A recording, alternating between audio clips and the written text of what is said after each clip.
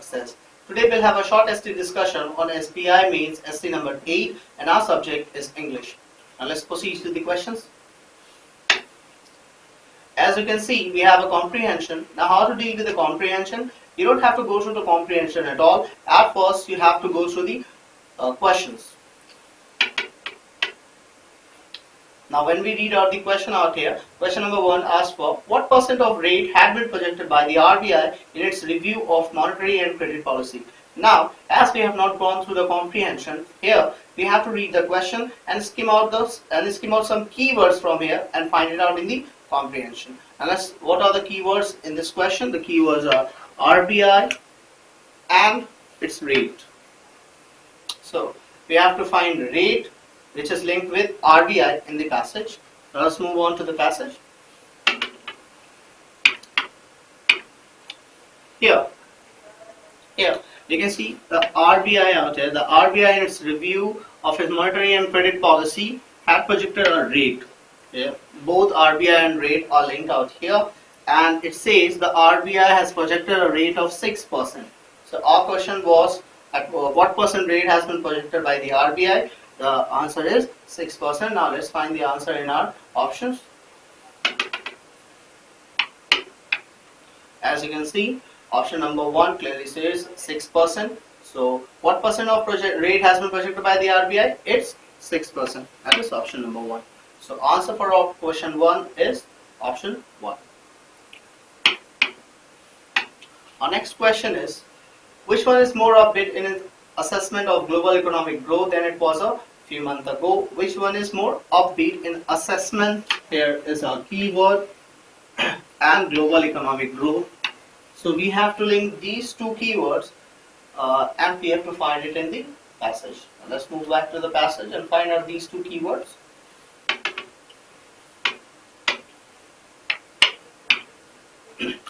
Here, if you see in the last paragraph, the IMF, for instance, is now more upbeat in its assessment of global economic growth. Here, both the keywords are linked. So our question was, which of the following is more upbeat in its assessment of global economic growth? It is IMF. We have to find IMF in our option. Moving back to the question. Here, we can see IMF in option number 5. So answer for question 2 is option 5. That's easy. The next question asks for on which fact the EAC's optimism is based. So here our keyword is clearly EAC's optimism. We have to find this keyword in the comprehension.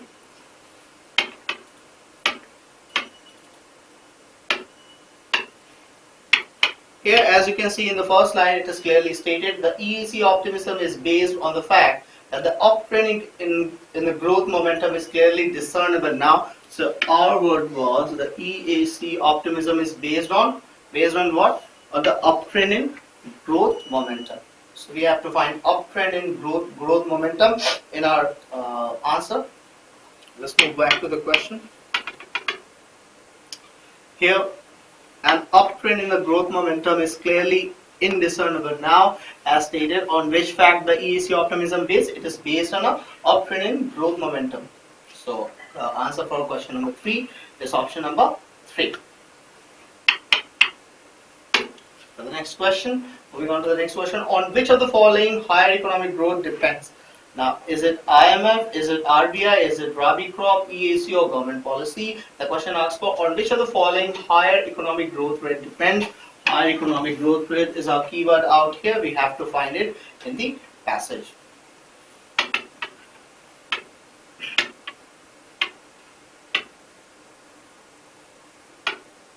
Here, as you can see in the second paragraph, first line, a successful Rabi crop holds the key not only to higher economic growth but also to containing inflationary expectation. So here, Rabi crop is our answer to higher economic growth.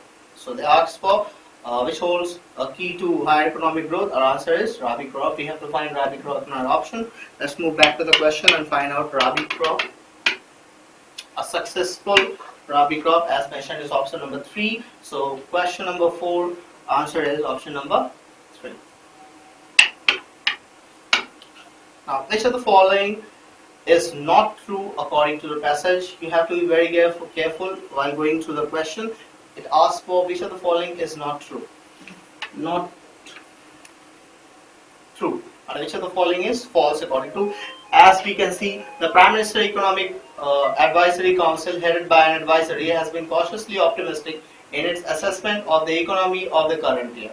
Now, it is true, we have read it through the first paragraph. If you don't, here, as you can see, the advisory council has been really optimistic. So, option number 1 is true. Let's move on to option number 2. What it asks for? It asks for an uptrend in the decrement momentum.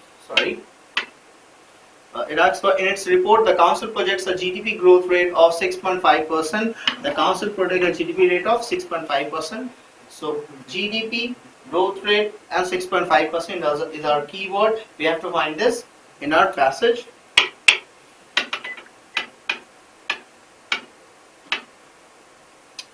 Here, the council projects a growth rate of 6.5%. So according to the passage, the council projects a GDP rate of 6.5%, which is true in fact. So option number 2. So option number 2 is also a go. Moving on to option number 3, as we have gone through the first question, it asks for the RBI in its review monetary policy has projected a growth rate of 6%. It is true. So these 3 options are true. We have remaining 2 options, that is option number 4 and option number 5. When we go through option number 4, it is noteworthy that every GDP forecast has been an improvement over the previous one. Now, over the improvement over the previous one, we have to find it in our passage.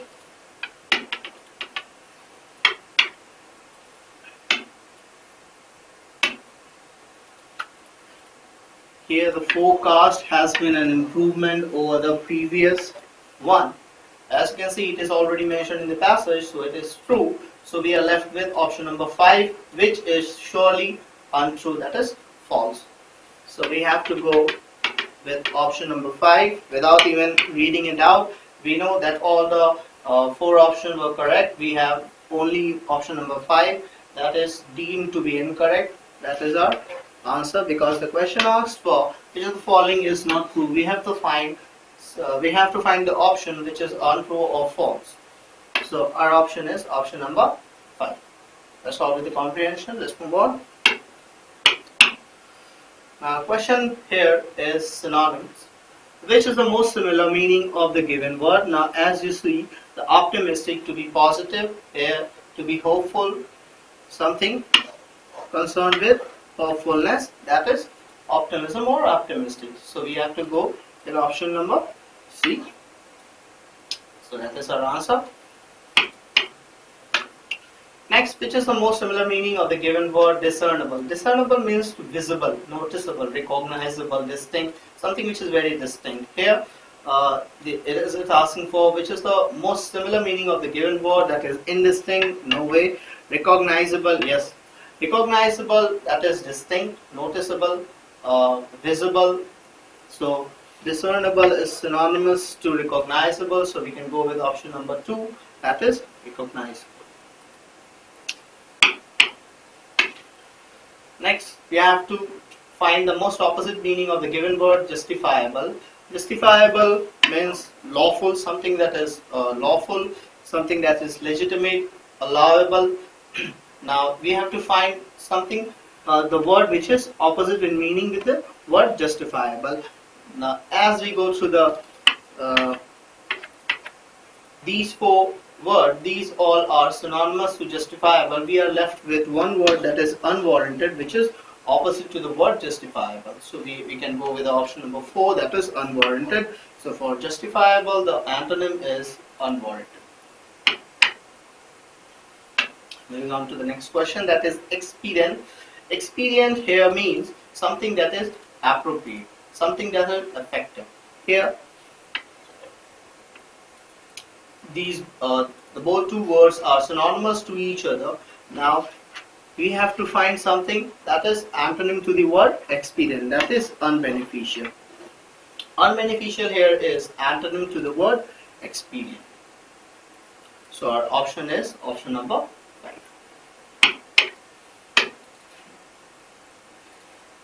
Moving on to the next part, that is seating arrangement. Here we are given with the passage in a jumble or manner. We have to arrange it and we have to find the answer.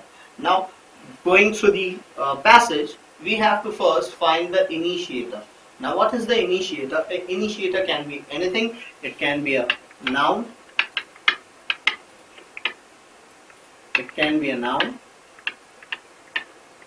a pronoun, or a time specified.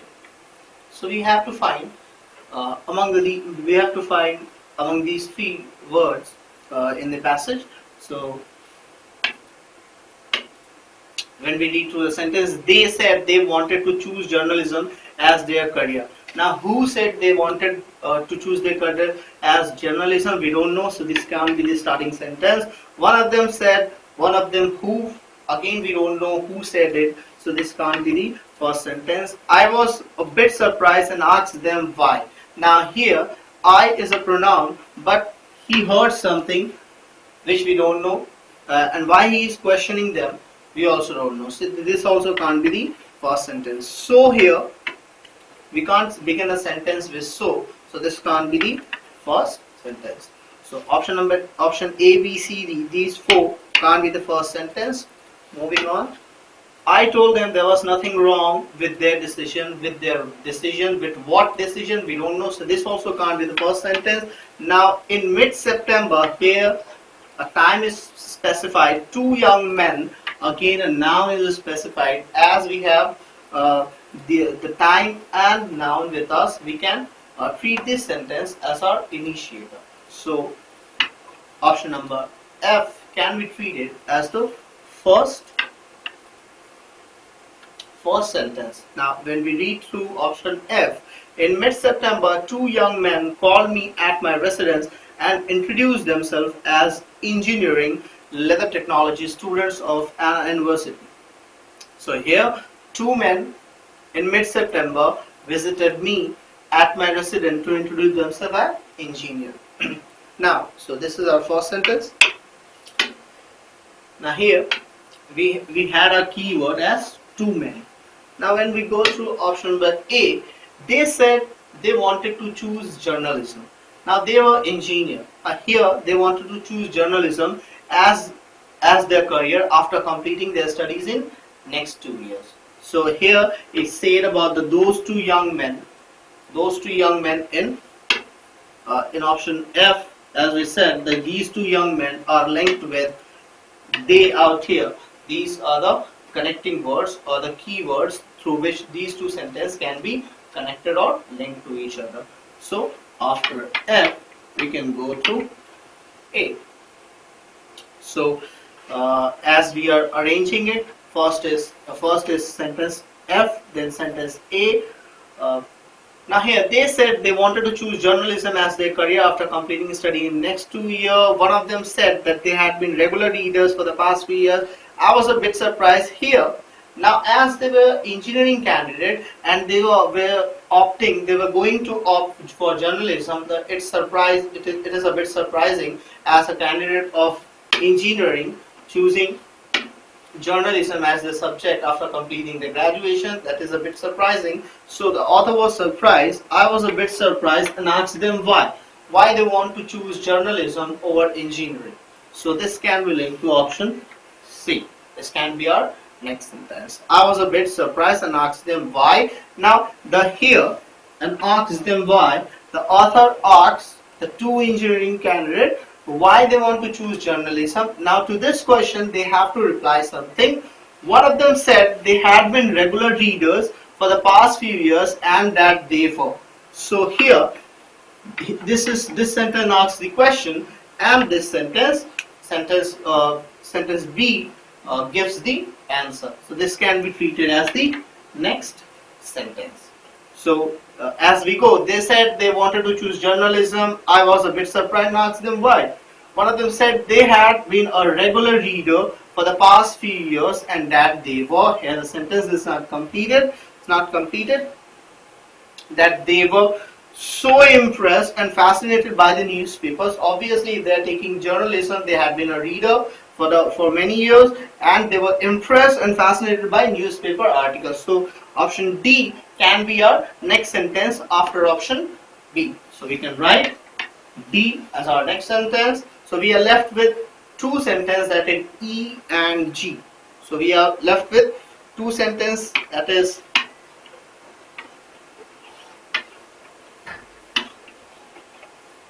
is E and G.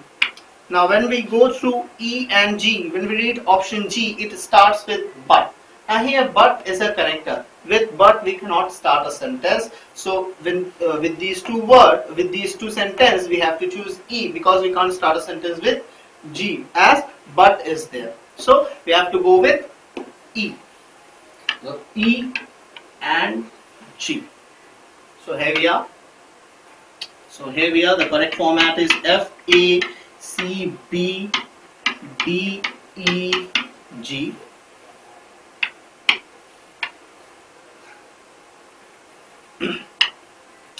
So that is our arrangement. Let's move on to the question. The question asks for which is the first statement after the rearrangement. The first statement is F, which lies in the option 2.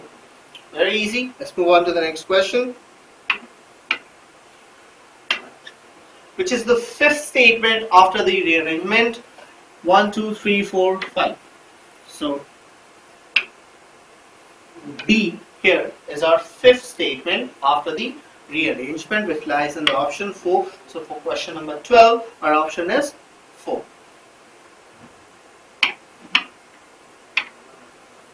Our next question is which is the last statement after the rearrangement? The last statement is G, which lies in the option 5. So for option number 13, our answer is option number 5.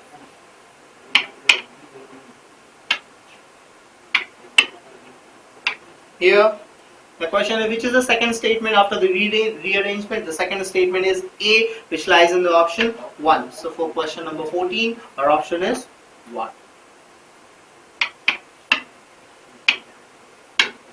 Which is the third statement? The third statement is C, which lies in the option number 3. So for question 15, our option is option number 3, that is C.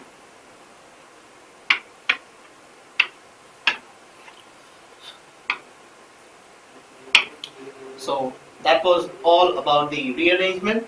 Moving on to the next part, that is our sentence correction.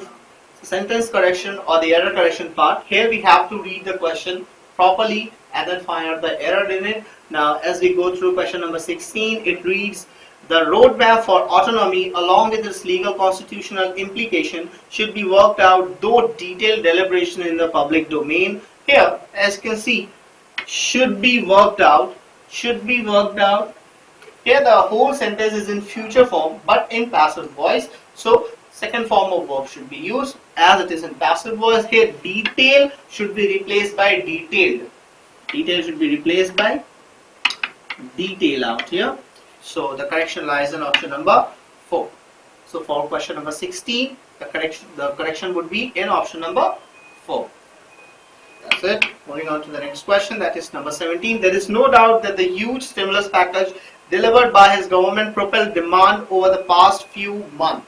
Now here, few month is singular, month should be used as few is plural in form. So the correction lies in option number 4, that is month should be used in place of month.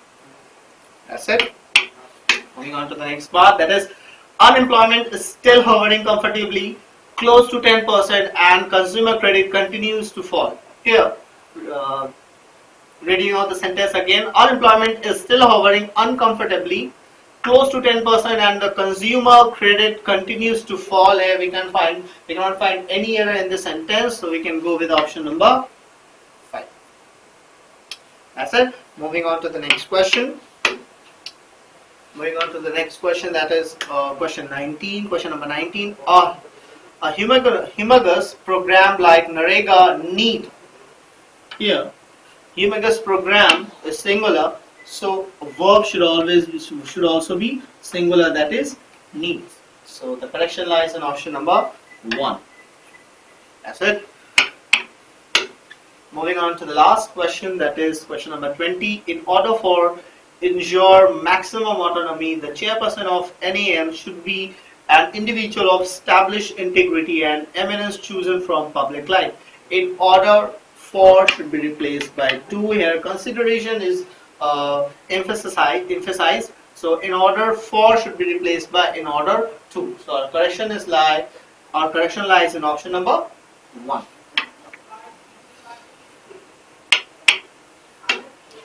That's all, friend. Keep visiting mahendraguru.com for more ST discussion. You can subscribe us here and don't forget to comment and follow Mahendra Guru on YouTube as well as on Facebook.